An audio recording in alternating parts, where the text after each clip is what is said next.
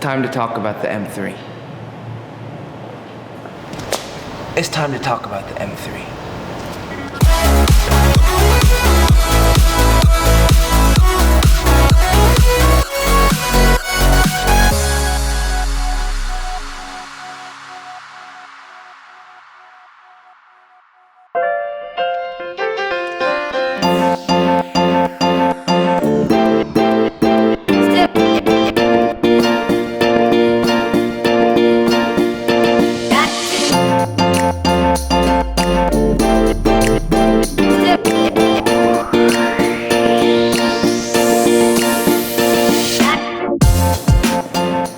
What's up, guys?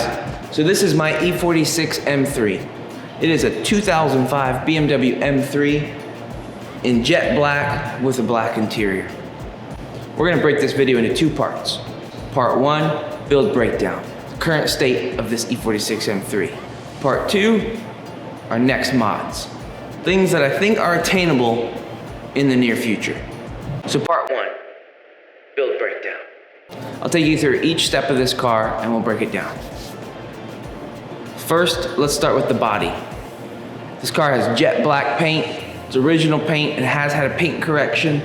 We're running CSL replica bumper up front with a carbon fiber splitter, a CSL replica bumper in the rear with a carbon diffuser, and then the CSL replica boot lid.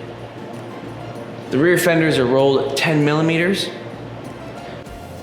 Our headlights, the lights have halos and then projectors. So we've got some slick lights up front.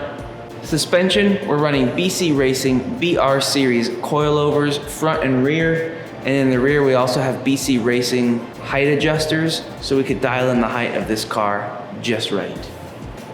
For wheels and tires, I wanted a square tire setup on this car so I could do a 4-tire rotation.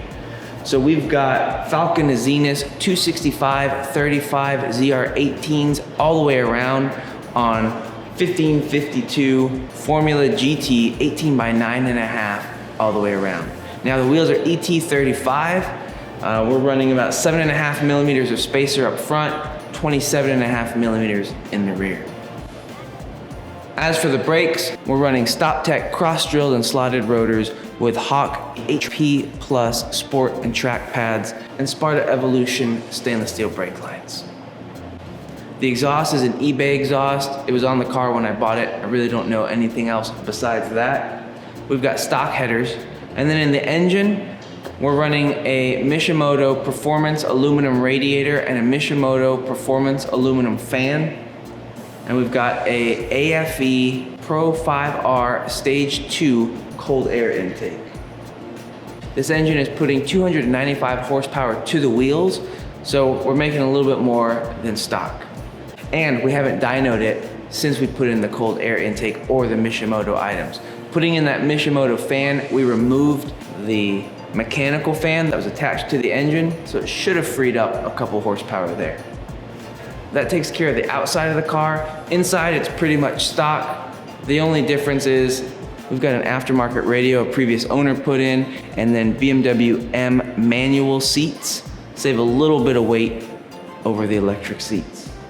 So that's the current state of my E46 M3. Part two, near-term upgrades. All right, part two, upgrades. The first thing I'm gonna do is under the hood. The Vanos on this car has never been worked on, and while it's not rattling or giving me any trouble now, they're prone to failure, so we're gonna go ahead and rebuild the Vanos. Same goes with the rod bearings. They've never been switched out, and we all know the E46 M3 rod bearings are prone to failure. So we'll go ahead and get those swapped out as well. Now, after those are done, we're gonna turn our attention to the rear subframe. The subframe isn't showing any signs of cracks, but again, it's a problem area on E46 M3s, and I've kind of been hesitant to do it, but this year we're gonna crack it open, we're gonna reinforce the subframe, and then while we're down there, we're gonna upgrade all the bushings under this car. The other things I wanna do on the outside, I've got a stock BMW M3 bumper to replace this CSL bumper, because the stock bumper will allow me to run ducting for brake backing plates to cool the front brakes. So we're gonna go ahead and swap that bumper out and get a splitter for that one as well. Then out back, even though I like the sound of this eBay muffler, we're gonna go ahead and get a proper exhaust system. I really want the Beamer World race exhaust. It's a single exit exhaust, no resonator, no cats, just a solid exhaust. And then to do that, we also need a new diffuser, because again, it's a single side exit. So we'll get the Beamer World rear diffuser. Hopefully we can pull those two things off this year. And then that's really it for the outside. Maybe we'll go ahead and upgrade to 275 wide tires, stick with the Azenas, but run 275 35 R18s just to get something a little wider. So that takes care of the outside. Inside, I want to go ahead and replace the seats, because one of the keys to driving better is being more consistent. And you can't be consistent when you're sliding around on leather seats. If you've ever watched any of my driving videos, you can see me sliding around on these seats. So I want to go ahead and upgrade these. And while we're at it, we're going to upgrade the steering wheel and hopefully get a quick release on it.